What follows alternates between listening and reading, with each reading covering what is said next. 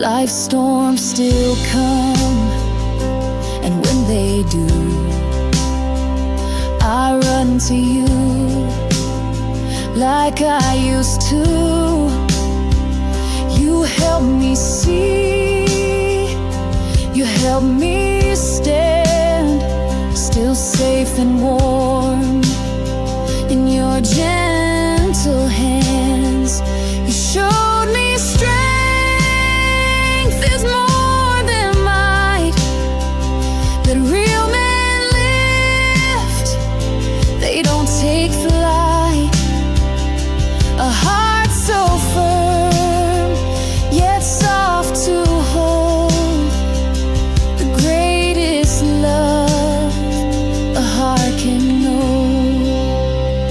Now time has turned your head of gray, etched lines of...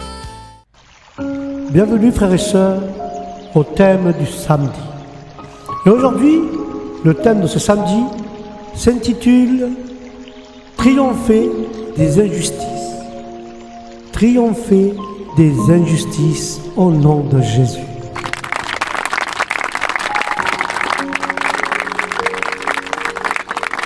Et ceux qui ont une Bible prennent le livre de Romains, chapitre 8 et verset 28. Et nous lisons la parole au nom du Père, du Fils et du Saint-Esprit. Et la parole de Dieu dit ainsi: du reste, nous savons que tout contribue au bien de ceux qui aiment Dieu, de ceux qui sont appelés conformément à son plan. Alléluia.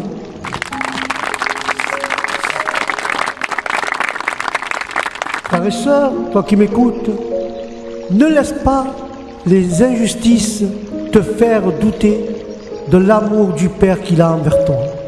Que les injustices ne te fassent pas douter de l'amour de Dieu qu'il a envers toi.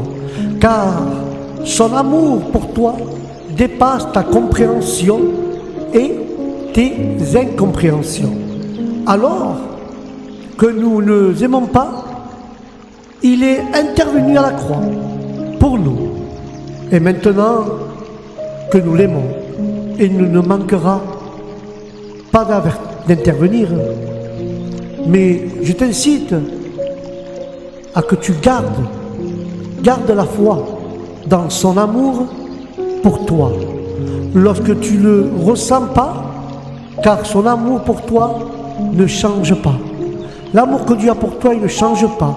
Et Dieu te dit, comme cela, que son amour ne change pas. Pourquoi Dieu n'intervient pas dans ma situation, tu vas me dire? Et tu as l'impression que Dieu t'a oublié? Mais je vais te raconter une histoire et voici cette histoire. Cette histoire va t'aider à méditer sur son amour infaillible. Un jour, frères et sœurs, un pasteur âgé a été invité dans une église et dans l'église, il raconta cette histoire. Sur la côte du Pacifique, un père et son fils et son camarade faisaient un tour lorsque une violente tempête arriva et fit chavirer le bateau. Pendant qu'il sombrait, le père put se raccrocher à une corde attachée à un objet flottant. Et à ce moment précis, il a dû prendre la décision la plus difficile de sa vie. Vers quel enfant jeter la corde? Lequel dois-je sauver? Lequel je dois me sacrifier? Son fils avait déjà été accepté en Jésus-Christ comme sauveur de sa vie, mais pas son ami. Alors terrorisé, le père cria: « Je t'aime, mon fils !» Puis il jeta la corde à l'ami de son fils.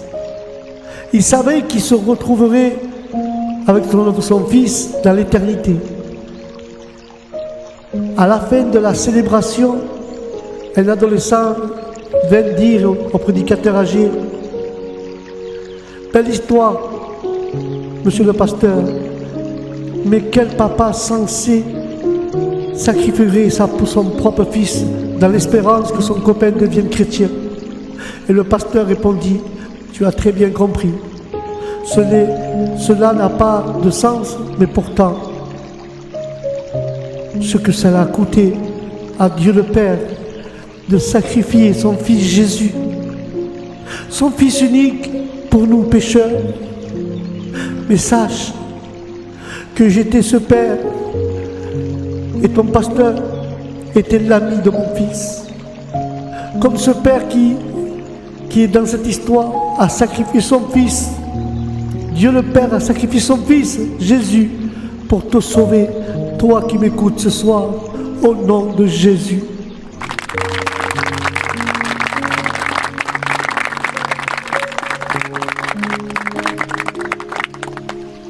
Tant que l'injustice subie ne concourt pas à ton bien, attends-toi à lui.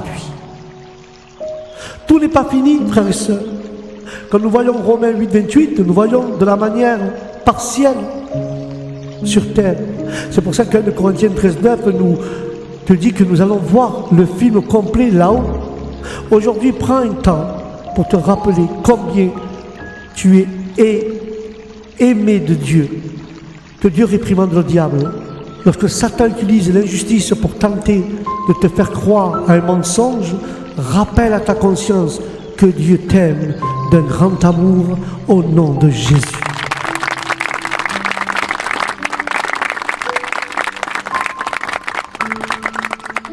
Et quand nous lisons Romains 5, verset 8, la parole dit cela. Mais voici comment Dieu prouve son amour envers nous, alors que nous étions encore des pécheurs. Christ est mort pour nous. Alléluia.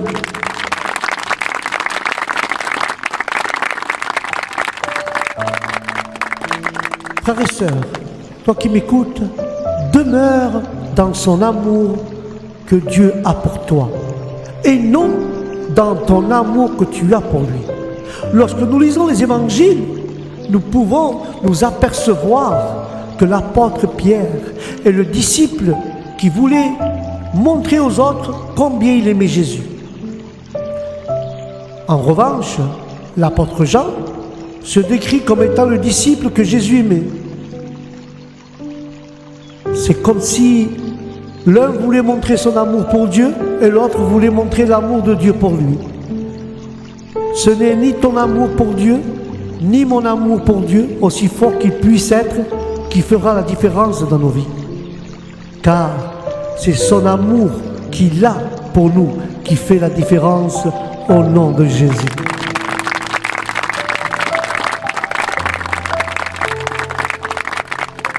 Car l'apôtre Jean avait compris cela. Car notre amour humain est instable, variable et balbotté par les émotions, tandis que l'amour de Dieu est stable et inébranlable. C'est pour cela que l'évangile de Jean, Jésus nous dit dans Jean 15, 9, de demeurer dans son amour. Sais-tu, frères et sœurs, combien Dieu t'aime? Sais-tu quelle est la valeur immense que tu as à ses yeux? Qu'est-ce qui détermine vraiment ta valeur ou ton estime de toi? Tes amis? Tes proches? Ton physique? Le nombre de likes sur les réseaux? Ta réussite sociale? Ton travail? Tes moyens? Non. Car aujourd'hui, les gens qui ne connaissent pas Dieu déterminent leur valeur à partir de ces critères. Alors, frères et sœurs, que la valeur d'un enfant de Dieu doit être fondée et doit demeurer dans son amour au nom de Jésus.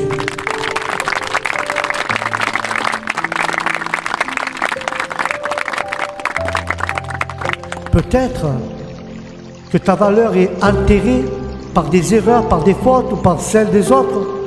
Peut-être que le poids de la culpabilité ou de la honte ou de la condamnation t'empêche de voir la valeur que tu as vraiment aux yeux de Dieu. S'il te fallait déterminer la phrase suivante, que mettrais-tu derrière? Je suis aimé parce que je suis né dans une bonne famille. Je suis aimé parce que j'ai un bon travail.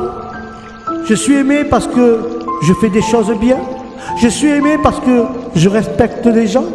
Ou je suis aimé parce que Dieu a offert le meilleur du ciel pour moi. Je suis aimé non à cause de ce que je fais, mais à cause de ce que Jésus a fait pour moi sur la croix, au nom de Jésus.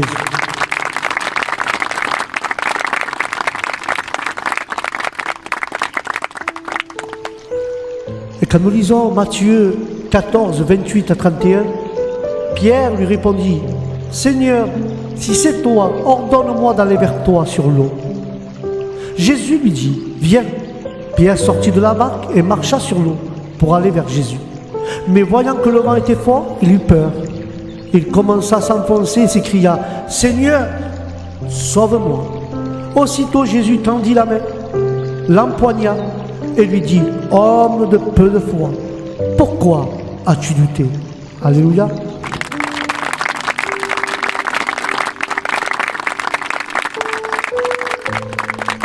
Triompher des injustices en gardant tes yeux rivés sur Jésus. Car dans l'évangile de Matthieu, la Bible nous raconte l'histoire incroyable de Jésus qui marche sur l'eau pour rejoindre ses disciples. Les disciples se trouvaient dans une barque et luttaient péniblement contre les vagues tumultueuses sur le lac. Ils eurent peur parce que ce qu'ils discernaient que c'était Jésus qui avançait vers eux. Alors Pierre rejoignit Jésus en marchant aussi sur les eaux, sur la parole du Seigneur qui lui dit « Viens ». Tant que ses regards restent fixés sur Jésus, il marcha sur l'eau. Comme les vagues et le vent étaient forts, alors Pierre commença à regarder plus aux circonstances qu'à Jésus. Et c'est alors qu'il s'enfonça et s'écria « Jésus, sauve-moi ». Souvent, lorsque nous faisons face à des injustices, nous avons tendance à regarder plus aux circonstances qu'à Jésus. Mais en essayant de comprendre le pourquoi du comment,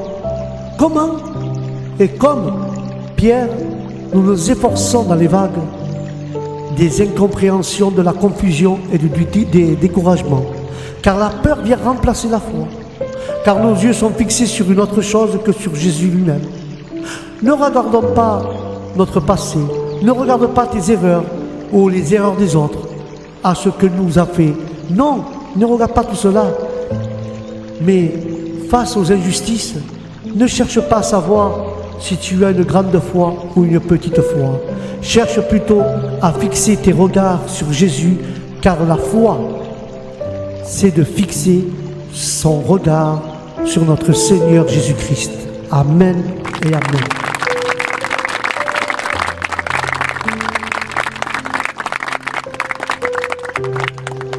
Fixer tes regards sur le Seigneur Jésus-Christ, c'est comme si tu gardais ta foi, car la foi, c'est fixé sur le regard de Jésus.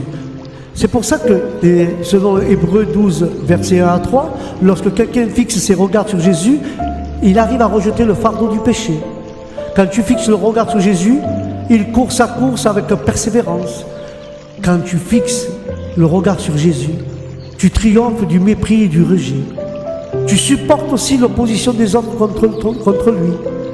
Tu t'armes d'un courage qui ne diminue pas, car le découragement t'envahit. Prends un temps dans la prière en demandant à Dieu de t'aider à fixer ton regard sur notre Seigneur Jésus-Christ. Alléluia.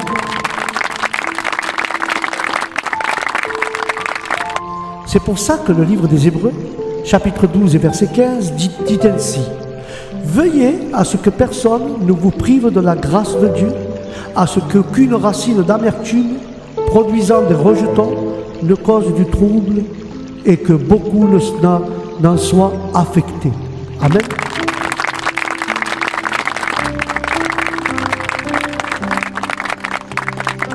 Ne te prive pas de sa grâce, car le paiement de la croix surpasse le prix du péché.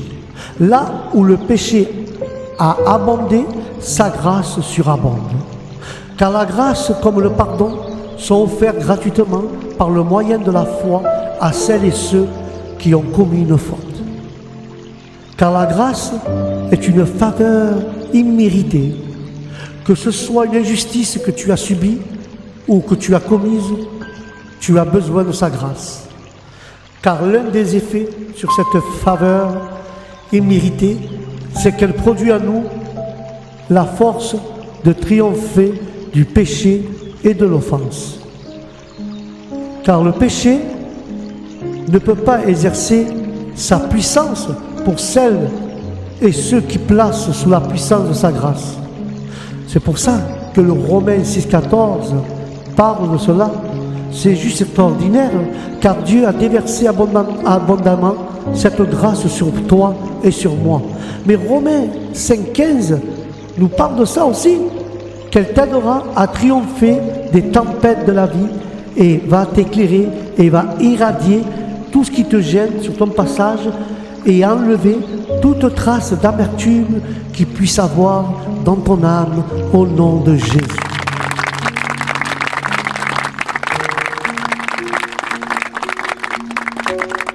C'est pour cela que Jésus a tout accompli à la croix pour t'équiper et faire de toi un plus que vainqueur en lui. Le monde veut te faire croire que tu n'as pas assez ceci ou pas assez cela, ou tu n'es pas, pas bien comme ci ou comme ça, que tu n'arriveras pas à cause de ton passé, ou comme tu as fait, tu ne peux pas arriver là comme tu as fait, ou à cause de tes propres erreurs, ou que ton talent n'est pas suffisant, etc., etc. Comme Jésus l'a dit à l'apôtre Paul, dans 2 Corinthiens 12, 9, il a dit ceci à l'apôtre Paul: sa grâce nous suffit. Amen.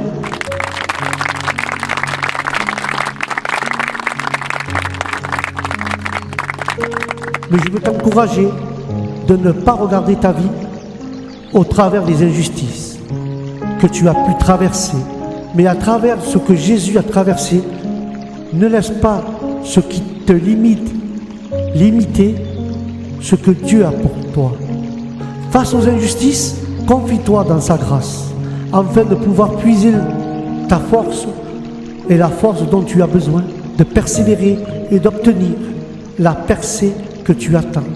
Car aujourd'hui, prends un temps pour réaliser que sa grâce à ton sujet est plus grande que tes injustices passées ou présentes, au nom de Jésus.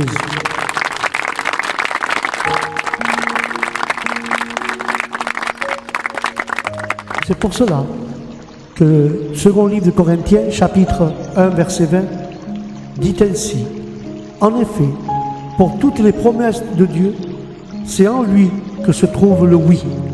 Et c'est donc aussi par lui que nous disons Amen à Dieu pour sa gloire. Alléluia.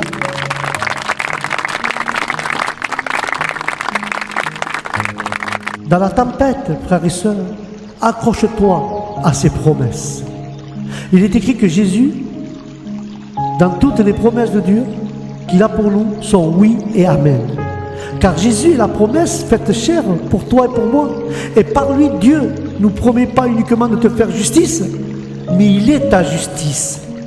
Car toutes ces promesses sont également réunies en son nom, Emmanuel, qui signifie Dieu est avec nous. La seule raison qui amène toutes les personnes de la Bible à triompher des injustices sur leur chemin, c'est parce que Dieu était avec eux. Et j'admire, frères et sœurs, cet exemple de Joseph qui a dû subir l'injustice sur injustice. Il a été trahi, vendu par ses frères, il a été esclave par Potiphar, il a été faussement accusé par la femme de son maître. Il a perdu sa crédibilité malgré son intégrité. Et il s'est retrouvé en prison. Et pour autant, même dans la prison, l'Éternel était avec Joseph. N'oublie pas que même dans les moments les plus sombres de ta vie, ou les plus injustes, n'oublie pas que Dieu est avec toi, comme il a été avec Joseph, car il est ton Emmanuel. Alléluia.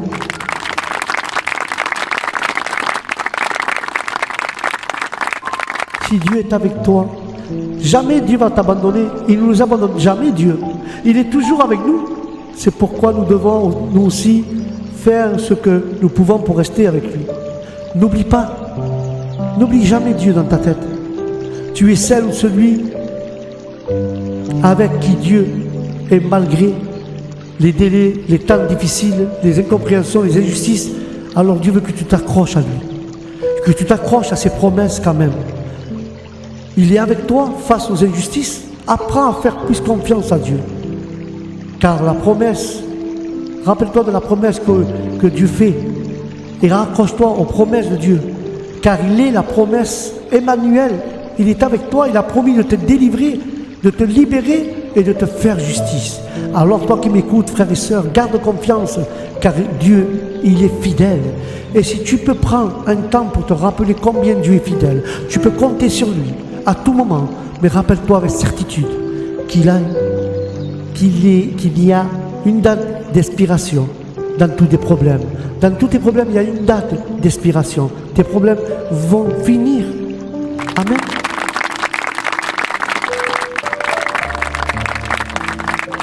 Mais Romains 5:8 dit: mais voici comment Dieu prouve son amour envers nous, alors que nous étions encore des pécheurs, car Christ est mort pour nous. Alléluia.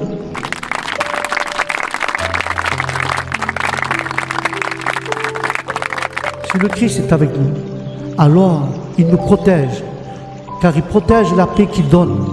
Il nous protège la paix qu'il nous donne, car la paix de Dieu n'est pas l'absence de guerre, mais c'est la présence du Christ dans la barque. Dans la barque de ton cœur, malgré les tempêtes extérieures, Jésus a payé le prix le plus élevé pour t'offrir une paix intérieure, sûre et solide. C'est pour ça que le livre des Romains 5, verset 1, il est écrit que, justifiés par la foi, nous avons la paix avec Dieu. C'est la foi en ce que Jésus a accompli pour nous qui nous introduit dans son repos et dans sa paix au nom de Jésus.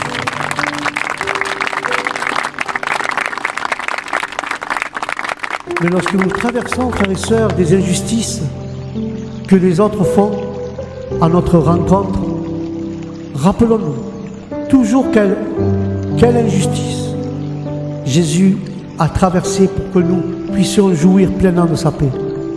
Rappelons-nous de cette image de l'Ancien Testament qui est une ombre des choses à venir, car la réalité est en Christ.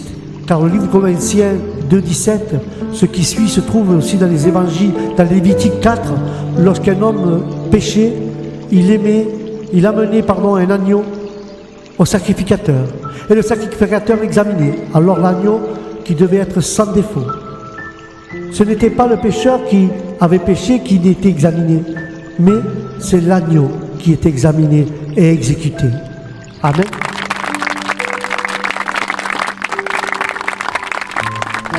Mais avant l'exécution, le pécheur posait ses mains sur l'agneau pour s'identifier et transférer son péché sur l'animal. Alors le pécheur repartait pardonné. Mais en plus, la justice de l'agneau ou l'innocence de l'agneau avait été transférée sur le pécheur.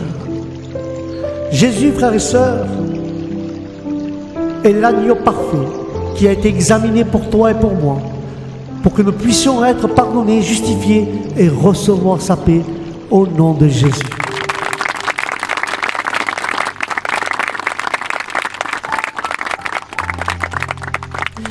Il n'est pas question, frères et sœurs, de tes qualités, mais il est surtout question de la qualité de l'agneau que tu as reçu. Car notre agneau est parfait, sa paix est et reste disponible 24 heures sur 24 pour toi et pour moi, car Jésus est le prince de la paix. Alléluia. Nous lisons le livre d'Isaïe, chapitre 9, verset 5, qui parle de faire face aux injustices. Je veux t'encourager à faire tout ce que tu peux pour demeurer dans sa paix. Fixe tes regards sur Jésus et fais-le pour toi avec foi et non sur les autres, mais ne regarde pas les autres ce qu'ils ont fait contre toi, mais reste le regard fixe sur Jésus pour pouvoir demeurer dans sa paix. C'est pour ça que Jérémie 29, 11 dit: en effet, moi je connais les projets que je forme pour toi, déclare l'Éternel, projet de paix et non de malheur, afin de vous donner un avenir et de l'espérance au nom de Jésus.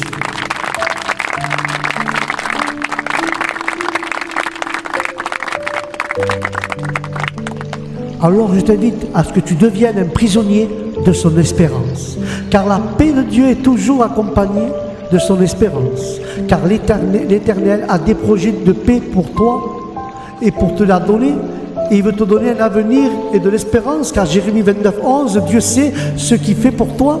Il a prévu et organisé ses plans pour te donner la vie. Il n'est pas surpris par ce que qui te surprend. En début de l'adversité, ces plans qu'il a pour toi vont te conduire dans des chemins de paix, car cette paix est offerte et cette paix te garantit un avenir et t'attachera à une puissance d'espérance. Et ce que Dieu veut te dire, c'est que ton histoire ne se terminera pas ici. C'est peut-être difficile pour toi d'oublier ton histoire, ou peut-être que tu es déçu par ta vie compliquée en ce moment, mais n'oublie pas qu'il est le Dieu de l'espérance. Et surtout, rappelle-toi que l'espérance t'indique qu'il existe une date de péremption sur tous tes problèmes. Car l'espérance de Dieu veut produire en toi, malgré les épreuves, est tellement solide, vraie et forte, qu'elle va te faire expérimenter sa joie future dans ton présent, car il veut te rendre plus réelle ta joie, car l'intervention future de Dieu dans nos cœurs, que la pression extérieure, cette espérance fait exister la réalité spirituelle de Dieu en nous, malgré les injustices, malgré les adversités de la réalité naturelle autour de nous. C'est pour ça que l'apôtre Paul, dans Romains 12, 12, nous encourage à nous réjouir en espérance au nom de Jésus.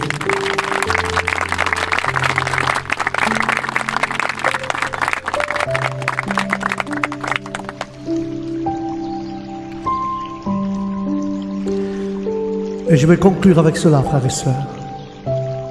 Il est vrai qu'il y a certaines situations tellement douloureuses et intenses dans nos vies que nous pouvons devenir des proies faciles face au désespoir. C'est pour ça que, premier livre de Samuel, chapitre 30, quand il parle, le roi David, de ses soldats faisant face à une situation si intense qu'ils pleurèrent jusqu'à épuisement. Mais David était un prisonnier de l'espoir et il se fortifiait dans le Seigneur face aux injustices de tous les jours. Je t'encourage à te rappeler que Dieu est fidèle et juste.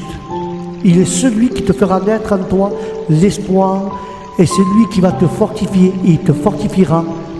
Ne sois pas une proie facile face aux problèmes ou aux circonstances difficiles, mais choisis de devenir la proie de son amour et laisse-toi capturer par son amour sans restitution, et sa restitution est en chemin au nom de Jésus.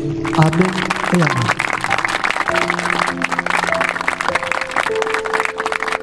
Voilà mes frères et mes sœurs, c'était le thème de ce samedi, triompher des injustices. Alléluia. Ne laisse pas que les injustices te fassent douter de l'amour de Dieu. Mais au contraire, rappelle-toi que Jésus est avec toi. Jésus a ouvert de nouveaux chemins. Jésus a un plan pour ta vie, a des projets. Alors ne te décourage pas. Comme David, fortifie-toi, prends courage et tu verras les choses. Car chaque problème a une date de péremption. Chaque problème va finir à son temps. Mais n'oublie pas que Dieu t'aime d'une manière que tu ne peux pas t'imaginer.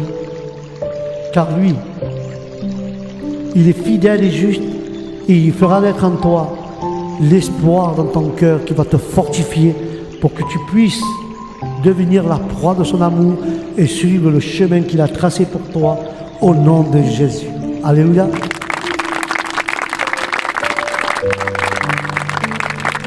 Voilà mes frères et mes sœurs, c'était le thème de ce samedi.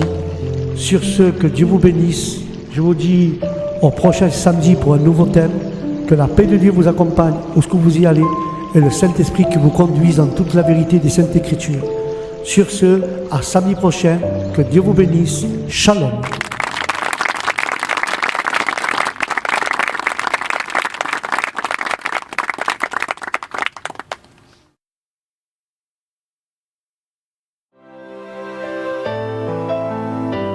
Life's storms still come, and when they do,